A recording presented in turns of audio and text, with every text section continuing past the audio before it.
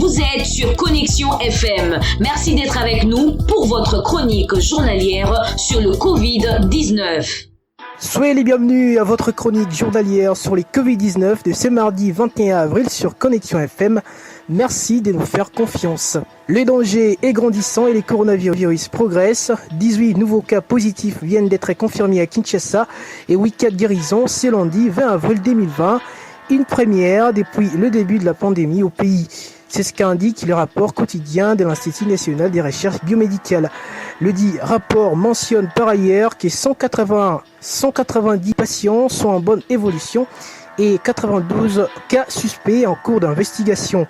Aucun décès n'est enregistré à ces jours. Pour rappel, depuis le début de la pandémie en RDC, les cumuls des cas s'écorcent à 350 cas testés positifs, 25 décès et 35 guéris. Kinshasa, Nord Kivu, Sud Kivu, Kwilu, Ituri et Maniema sont les provinces jusqu'à touchées. Le Sénat et l'Assemblée nationale permis de se réunir après la demande des prorogations de l'état d'urgence par le chef de l'État.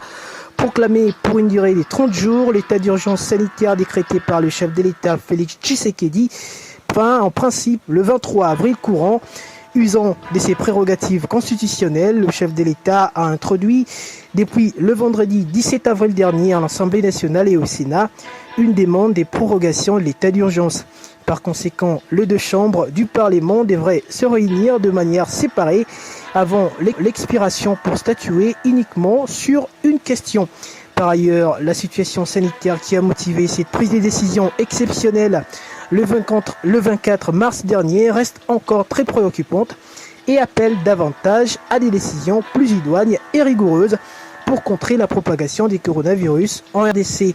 Il ne s'agit pas donc d'un congrès tel que l'avait préconisé il y a quelques jours le président des deux chambres, mais plutôt de l'application stricte de l'ordonnance du 24 mars portant proclamation de l'état d'urgence sanitaire pour faire face au Covid-19, qui du reste jugé conforme à la Constitution par la Cour constitutionnelle.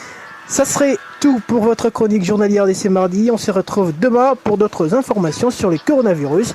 Entre-temps, l'actualité continue sur notre site www.connexion.net. Prenez soin de vous, car chaque jour est une vie. Merci de nous avoir suivis. Excellente soirée sur votre radio en ligne Connexion FM.